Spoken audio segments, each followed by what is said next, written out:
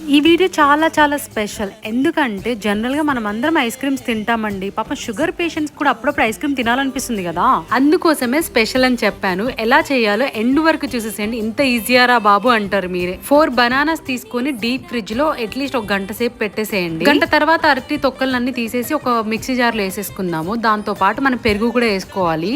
ఇంకేముంది, మిక్సీ చేసుకున్న తర్వాత మన ఐస్ క్రీమ్ అయితే రెడీ. చాలా సింపుల్ గా ఉంది కదా. ఇంకొంచెం స్పెషల్ గా ఉండడానికి మనం రోస్టెడ్ పీనట్స్ యాడ్ చేసుకుంటున్నాం దీంట్లో. ఆ తర్వాత ఒక 3 నుంచి 4 గంటల వరకు డీప్ ఫ్రిడ్జ్ లో పెట్టేసిన తర్వాత తినేయడమే. ఈ స్వీట్ కూడా సరిపోకపోతే కొంచెం అంటే కొంచెం హనీ వేసుకోవచ్చు. 3 గంటల తర్వాత ఐస్ క్రీమ్ ఒక కప్ లో వేసేసుకొని మంచిగా రోస్టెడ్ పీనట్స్ వేసుకొని తినండి. మీరే చెప్తారు నార్మల్ ఐస్ క్రీమ్ కి ఈ ఐస్ క్రీమ్ పెద్ద తేడా ఏం లేదు, జస్ట్ బనానా ఫ్లేవర్ వచ్చింది ఏంట్రా అంటారు. జిమ్ చేసే వాళ్ళు అండ్ డైట్ చేసే వాళ్ళు అయితే ఖచ్చితంగా షుగర్ మానేస్తారు కదా, వాళ్ళకైతే బెస్ట్ అండ్ రెసిపీ. మీకు అయితే వీడియో నచ్చింది అనుకుంటున్నాను. నచ్చితే కనుక ఒకసారి లైక్ చేసేసేయండి. మళ్ళీ నెక్స్ట్ వీడియోలో కలుద్దాం. బాయ్.